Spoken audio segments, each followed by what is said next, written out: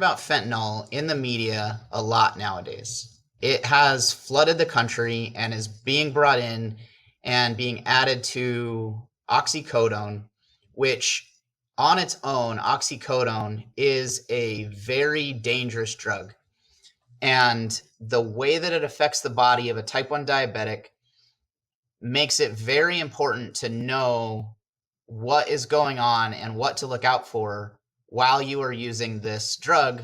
And it doesn't matter if that is in a prescribed way from a doctor or if you get it from the streets.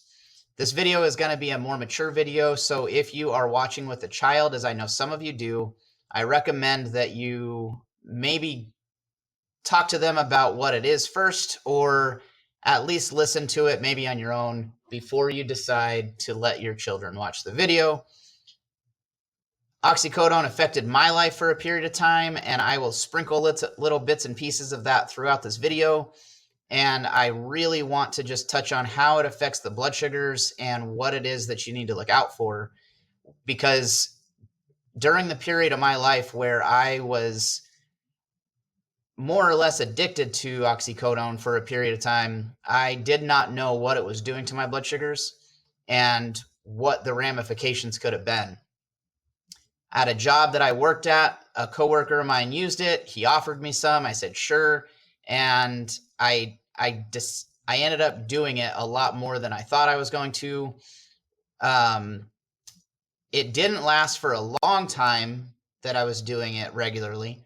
But while I was doing it, it was definitely something that I probably should have died in many different ways. And my blood sugars could have been one of those. I got really, really lucky that it didn't happen. And I will never go back to that part of my life again. The same way I've been talking about not going back to bad blood sugars, bad decisions like that are just something that I think that can affect anybody. And it's very easy to fall into an addiction like that when it feels the way that it does to be on certain drugs like that. It was a period of my life that I was working in a manufacturing plant. I didn't have a steady relationship. I was looking for ways to feel better. And this was one of those ways. I used it while I was working. I used it before work. I used it after work. And it was just a way to escape, if you will. It definitely affected me in different ways. And now that I'm learning about more in detail diabetic life, it's incredible to me that I was not injured or internally injured any worse than I have been already in some of the ways that I've already talked about in my videos. So,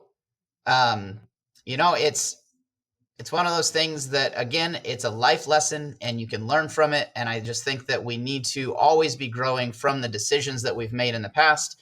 And I don't think that, just like diabetes, it's never too late to make a change. So if you are struggling with this, there are ways to get help. And I suggest and I hope and I pray that you find some help that you need in dealing with this. Here's some key points we're going to talk about. Blood sugar fluctuations such as hypoglycemia and hyperglycemia, insulin sensitivity, which requires potential changes to insulin needs, and symptom overlap like dizziness and confusion. First, let's talk about blood sugar fluctuations. Oxycodone affects people differently and for different reasons. It can make your blood sugars go up and cause hyperglycemia. It can also cause your blood sugar to go down and cause hypoglycemia because of the way that it affects the body. The body's natural response to pain is to increase glucose levels, which makes your blood sugar go up, and oxycodone masks that. And so you have to be really paying attention to what is going on while you're using this drug. And in the reverse of that, it can cause the hypoglycemia, because another thing that it does to you and that it did to me was it caused me to not be as hungry, right? It changes your appetite. And so you might not be eating as much as you should. And while, like I said, when I was using this drug, I was working all the time, so I was very active at this job, and I'm active, I'm not free, and so it could have been causing me all sorts of problems. I honestly think maybe I got lucky in the sense that when my blood sugar because my blood sugars were so elevated that if it was causing me to have a lower blood sugar, that it was keeping me more regulated as far as the blood sugars go, and that was a sheer accident and coincidence that it happened. And I don't know because at the time, again, I wasn't really paying that close of attention to my blood sugars. I do know that there was one time that my blood sugar got so low while I was really, really out of it because of using the oxycodone that I was using at work. And it the feelings are very similar. So it was really hard for me to know which one it was, but I know I tested my blood sugar, and there was a period of time where I kind of blacked out, and I remember kind of coming back with it up by the front of the building and eating M&Ms, trying to bring my blood sugar up. And at that point, I know my blood sugar was down, but I was still feeling like crap because I was so messed up on this terrible drug that's out there. Now, because of these fluctuations that it can have. Now, this is talking about like I mean, I guess it doesn't matter if it's prescribed or not. Nowadays, if you're a type 1 diabetic, I it 100% will change your life just having a continuous glucose monitor. But it will really make a big difference if you have a continuous glucose monitor while you are using oxycodone because it'll allow you to see what your blood sugar is doing and allow you to make sure that you are taking care of your blood sugar in a time where it will do what it wants to do. Obviously, just like anything else with this disease, it could affect you differently than it affects somebody else, which is why it's super important to really pay close attention to what your blood sugars are doing and monitor those blood sugar levels all the time, especially while you're on a drug like oxycodone.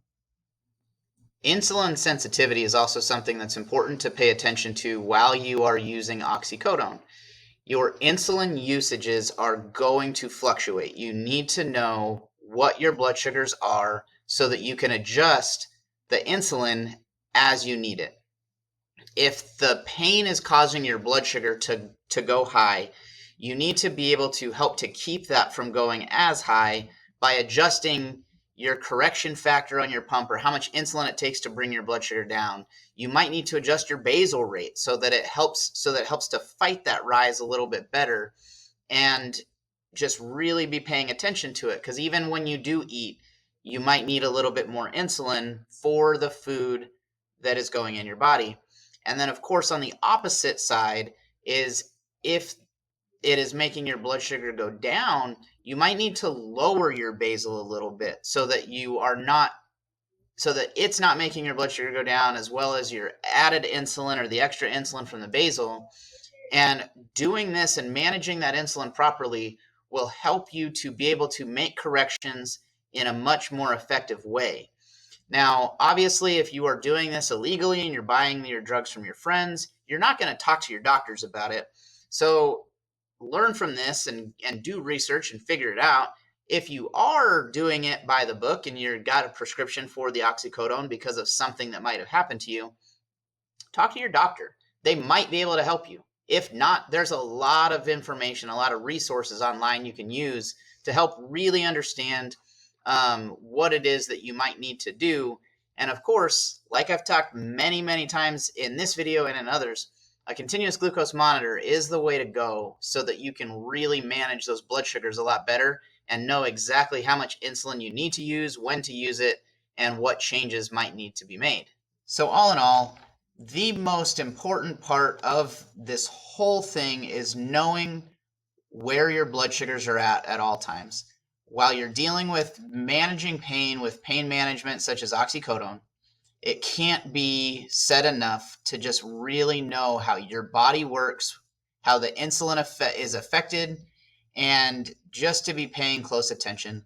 Good communication with those around you will help in this.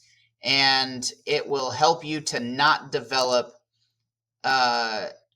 some sort of addiction to this medication. The more people that know, the better it is for you, that can help hold you accountable. And I recommend that you find that person for you if you need it. Guys, I thank you. I hope you found this video educational, informational, and that you are better equipped at taking care of your diabetes while dealing with different things that revolve around just everyday life. I will talk to you guys on the next video. Thanks. Bye.